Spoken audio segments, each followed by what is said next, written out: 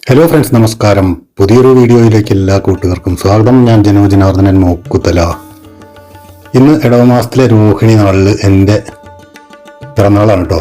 അപ്പോൾ ഞാൻ അതുകൊണ്ട് തന്നെ ഒരു ഉള്ളി സാമ്പാർ ഉണ്ടാക്കാമെന്ന് തീരുമാനിച്ചു. അപ്പോൾ വളരെ രുചികരമായിട്ടുള്ള ഉള്ളി സാമ്പാർ നിങ്ങൾക്ക് കൂടി ഷെയർ ചെയ്യാമെന്ന് കരുതി.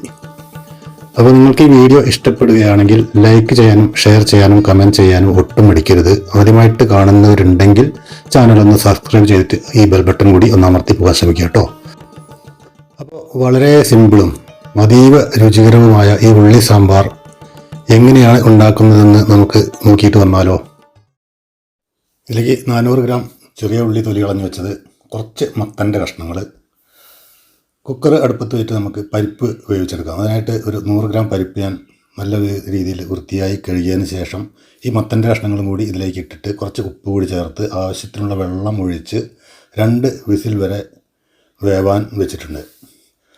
ഒരു മസാല തയ്യാറാക്കാനായിട്ട് 1/4 മുറി നാളികേരം പാനിലേക്ക് ഇട്ടു.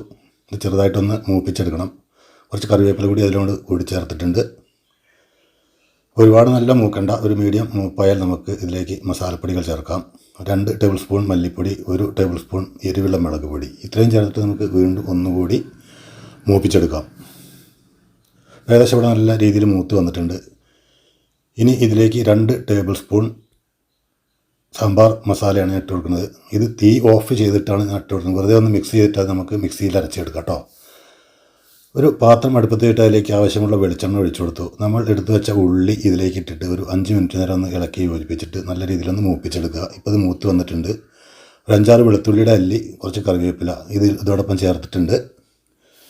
വീണ്ടും നല്ല രീതിയിൽ വഴറ്റിയതിന് ശേഷം ഒരു തക്കാളി ചെറുതായി അരിഞ്ഞതിട്ട് കൊടുത്തു.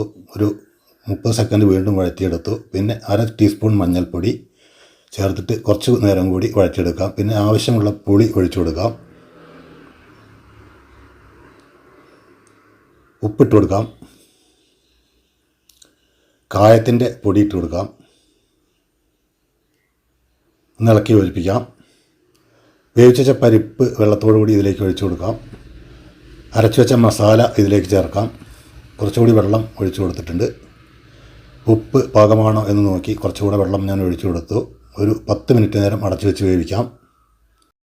രുചികരമായിട്ടുള്ള ഉള്ളി സാമ്പാർ ഇവിടെ റെഡി ആയിട്ടുണ്ട്. ഇനി ഇത് നമുക്കൊരു വറവിട്ട് കൊടുക്കാം. കുറച്ച് കറിവേപ്പില കൂടി ഇട്ട് ഞാൻ ഇറക്കി വെച്ചിട്ടുണ്ട്. ആവശ്യമുള്ള വെളിച്ചെണ്ണ ഒഴിച്ചതിന് ശേഷം കടുകിട്ട് പൊട്ടിക്കാം, ഉലുവ ഇട്ട് പൊട്ടിക്കാം, വറ്റൽമുളക്, കറിവേപ്പില ചേർത്ത് നമുക്ക് കറിയിലേക്ക് ഒഴിച്ചാൽ രുചികരമായിട്ടുള്ള ഉള്ളി സാമ്പാർ റെഡി. അപ്പോൾ ഈ വീഡിയോ നിങ്ങൾക്ക് ഇഷ്ടപ്പെട്ട് കാണുമെന്ന് കരുതുന്നു. ഇഷ്ടപ്പെട്ട ലൈക്ക്, കമൻറ്റ്, ഷെയർ എല്ലാം മറക്കാതെ ചെയ്യാം കേട്ടോ. ബായ്.